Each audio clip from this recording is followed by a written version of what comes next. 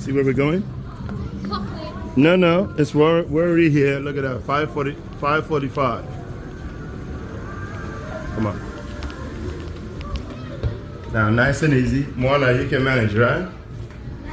Yeah. You know that bar next door? Walk in, please. No running. Come on.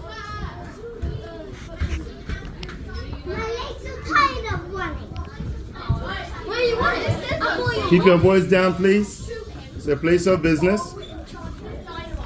I'd eat just like 200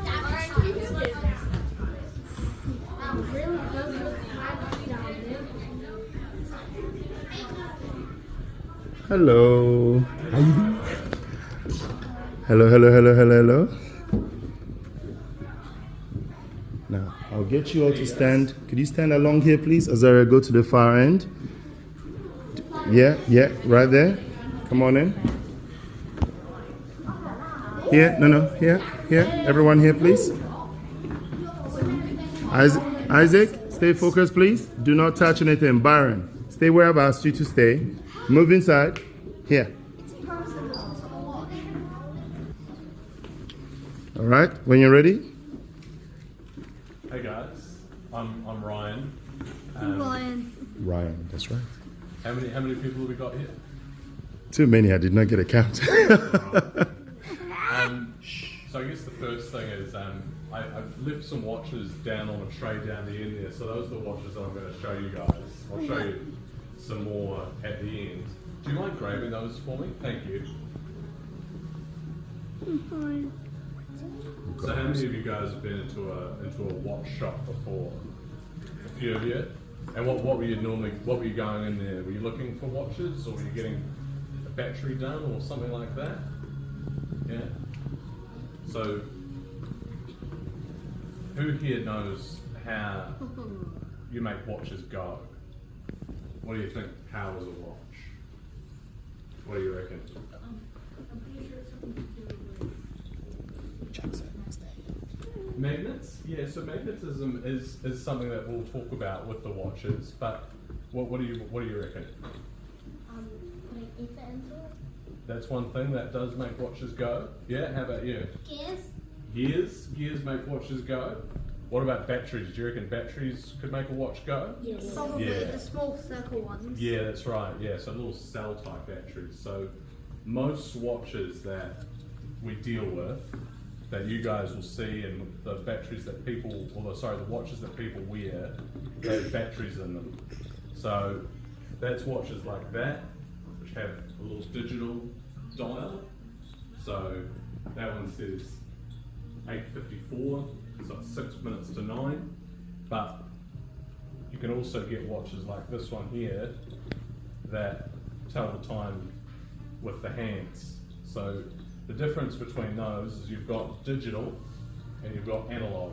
So analog is where you read the time with the hands, and digital is where the time comes up in numbers. Now, batteries, like I said, will be what you'll find in most watches, but in some watches, particularly older watches, they are powered by, who suit gears? Was it you that suit gears? No. So little gears and things that interact, so you get things like this, which is a clock, and what happens is all of these parts interact, and it ticks back and forth like that, and as it goes back and forth, it's above us right now, and if your watch gets GPS, all it has to do is go and link up with 3 satellites, and then those satellites, because they know where you are, it works out the time where you are, and it can be really, really accurate. Yes. Wait, so do the satellites keep the time? Satellites can help keep the time. Yeah, absolutely.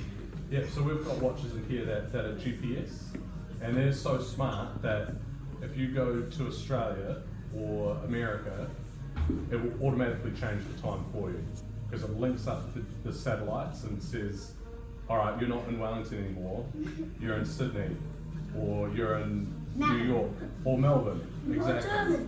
Or Germany, yeah. Or Russia. Or Japan. Moses' country, Africa.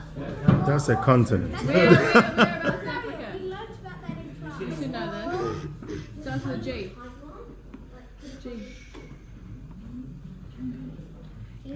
Is the most nicest country ever and the most peaceful?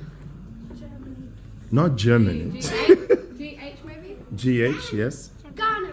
Ghana, thank you. Damn, that took a while. That's just lost in ages. He didn't even get the answer right. Anyway. Carry on. You took one.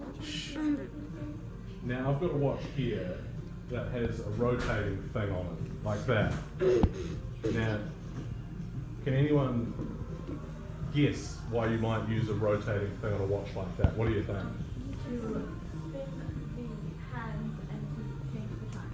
Yeah, so it's a timer. So what you do is if you were timing something, then you take this pit up the top, so the little triangle at the top of the watch there, and you rotate that around, and you rotate it to where the minute hand is, and then as time passes and the minute hand goes around, you can see on the bezel there, so that's what that's called, the circle ring is a bezel, and you can see that it's been 10 minutes since you've set the bezel.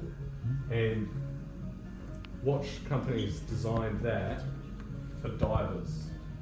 So if you were a diver and you were going underwater, do you think it would be pretty important to know how long you've been underwater for? Yes. Yeah? How come? 20 minutes. Well, what do you reckon? You could drown. That's right. So they needed to know how long they've been underwater so they know how much air they've got left in their tanks. So there are lots of watches in here that have that spinny bezel, and those are called dive watches. And then you get other watches. So they're waterproof. They're waterproof. Yep, so a dive watch will be waterproof and it will have the spinny bezel so you can tell how long you've been underwater for. So that's another dive watch there. Yeah. What happens if the spinning thing got rusty? Well, spinny things do get rusty. The bezels get rusty because they're going underwater a lot. But the good thing is you can clean them, and if you're a watchmaker or you know someone who's a watchmaker, the watchmaker can put a new bezel on the watch for you, and then you're good to go again. You screw it on. Yep, so they screw on or they clip on, and there's lots of different ways that they go on there. And then, so you've got your dive watches, and then you get a watch like this, which tells the time, but it's also got these other little rings on there that are almost like other little clocks. What do you reckon? What do you reckon those could be for? What do you reckon, mate? Hours? Yes. So this is like a stopwatch and a watch all in one. So basically, once the watch is ready to go, we hit the button up the top, just like that, and then that white hand there that's moving now is counting seconds. And then at the top, what would you use a chronograph for? Well, chronographs were mainly used for racing. So if you wanted to time how long you'd taken to run a race or drive a race or bike a race, then you could use the chronograph and it would tell you it took you 3 hours and 20 minutes. And all you have to do is once you finish the race, or the person timing you sees that you finished the race, they hit the button up the top, and then they can read the time that's gone by since they started the chronograph. What do you? I had a race today. You had a race today. How'd it go? I got 17:29. 17:28. Nice. And what did you use to time the race? My teacher timed it. I forgot what kind of watch it was. That's okay. Maybe like with a phone or something. No, not a phone. Okay. Nice. Stop. Cool. And what you've got a question? Why does a phone? What makes the phone vibrate? I'm not too sure what makes phones vibrate. Yeah, that's a good question. I think they just have little motors in them. Oh, Like, have you ever played a video game with a controller? Yeah. Yeah. It'll be the same thing that makes the video game remote controller vibrate. Once you've set the moon phase, it's accurate for 122 years. You don't need to adjust it. That's how consistently the moon goes around.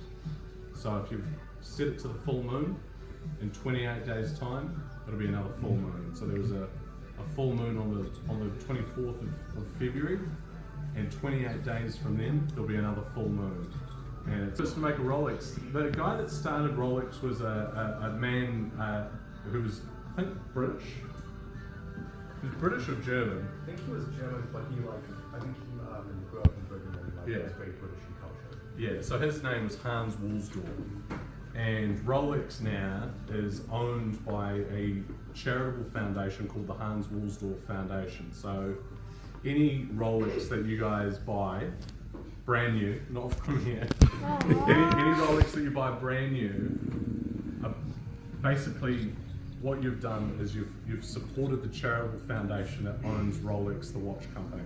So Rolex makes lots and lots of donations every year for things that they're really passionate about, like exploring the ocean and conservation and things like that. So it's quite cool. Rolex is a cool company because yes, they make watches and yes, they do like to make money, but the money that they do make, a large part of that goes back into supporting things that the brand finds really important, like that. And what that does is as you move around, it winds the watch up for you. So you don't have to do anything. All you've got to do is walk and move around and wear the watch, and that'll keep the watch powered up.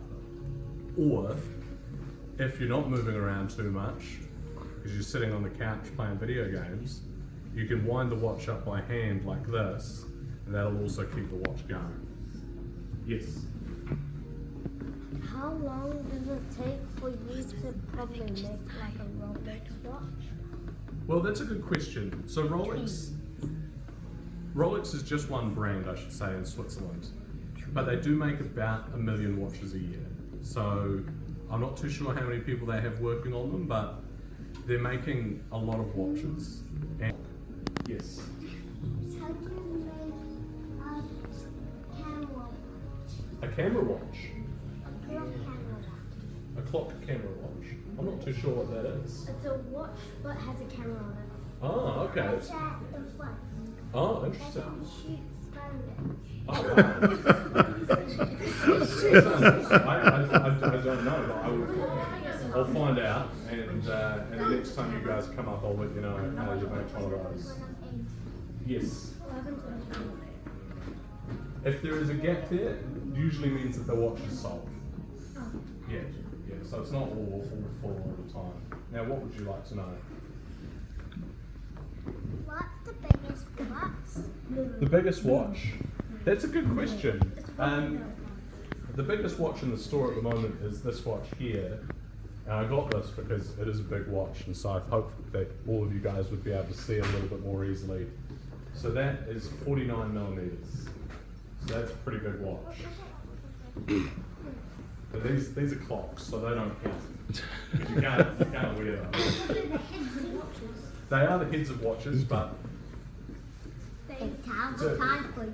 good point, and I'm not disagreeing with you, but I would call that a clock. What would you like to know? Can I make that go?